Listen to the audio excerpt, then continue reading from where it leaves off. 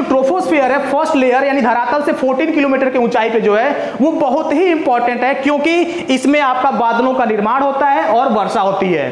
फिर उसके बाद आपका जो दूसरा लेयर है ट्रोपोस्फियर से आपका कह सकते हैं कि ऊपर 15 किलोमीटर यानी 50 किलोमीटर की ऊंचाई पर आपका आता है स्ट्रेटोस्फियर। स्ट्रेटोस्फियर में आपका ओजोन जो होता है, ओजोन लेयर जिसकी बात करते हैं वो भी इसी में आता है। और आपको पता है कि ओजोन लेयर का वर्क क्या होता है। ओजोन लेयर सूर्य से आने वाली जो पराबैंगनी किरणें होती हैं उसको सोख लेती हैं और धरातल पर पहुंचने नहीं देती हैं, जिससे धरातल पर पराबैंगनी किरणें नहीं पहुंच पाती हैं और जीव जंतु और इंसानों को क्या होता है, उससे नुकसान नहीं होता है। और आपको पता होगा पहले से कि जो पराबैंगनी किरणें होती हैं वो किसी भी इंसान के शरीर पे अगर पड़ती हैं, जानवरों के अगर शरीर पे पड़ती हैं तो इंसान के शरीर को क्या करती हैं, कई तरह की बीमारियों से ग्रसित कर देती हैं। और दूसरा इंपॉर्टेंट स्ट्रेटोस्फियर का होता है जिसको समताप मंडल भी बोलते हैं हिंदी में। इसमें एरोप्लेन, आपने देखा होगा एरोप्लेन उड़ता होगा। अभी मैं पढ़ा रहा था तो अभी एरोप्लेन ऊपर से गुजरा है तो आवाज आप लोगों को सुनाई दिया होगा।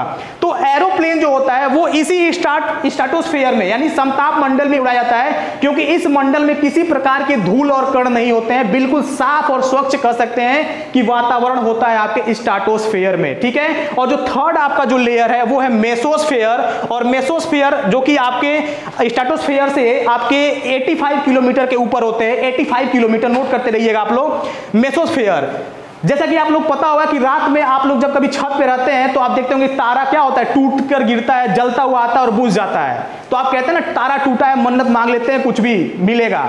तो एक्चुअल में होता क्या है कि जब कोई भी मेटोराइट्स जब अंतरिक्ष से जब हमारे पृथ्वी के इन्वायरमेंट में क्या होते हैं, इंटर करते हैं, तो जैसे ही मेसोस्फियर में आते हैं तो वो क्या होते हैं, जल जाते हैं। और वही जल करके जब हमारे एटमॉस्फेयर में आते हैं तो हमें यह लगता है कि क्या हो रहा है, जैसे कोई टूटा हुआ तारा आ रहा है। ठीक है। और नेक्स्ट इंपॉर्टेंट आपका है थर्मोस्फेयर, जो कि 600 किलोमीटर की ऊंचाई होती है मेसोस्फेयर से ऊपर। और इसी लेयर में कह सकते हैं कि सैटेलाइट, जो कि आप रेडियो, टेलीविजन, बहुत सारे चीजें आप देखते हैं घर बैठे बैठे, तो सारी चीजें सैटेलाइट कहां पे फिक्स की जाती हैं, हमारे अर्थ के जो वायुमंडल है उसके थर्मोस्फेयर में सैटेलाइट को फिक्स किया जाता है। और यही सैटेलाइट हमारे अर्थ के चारों तरफ क्या करते हैं, घूमते हैं और हमें सिग्नल्स पहुंचाते रहते हैं। फिर उसके बाद लास्ट आपका है 1000 किलोमीटर की ऊंचाई पे अगर जाएंगे धरातल से तो आपका एक्सोस्फेयर आता है, जिसको हम बोलते हैं outer layer of the atmosphere, यानी हमारे इस वायुमंडल की सबसे बाहरी परत जो होता है वो होता है आपका एक्सोस्फेयर।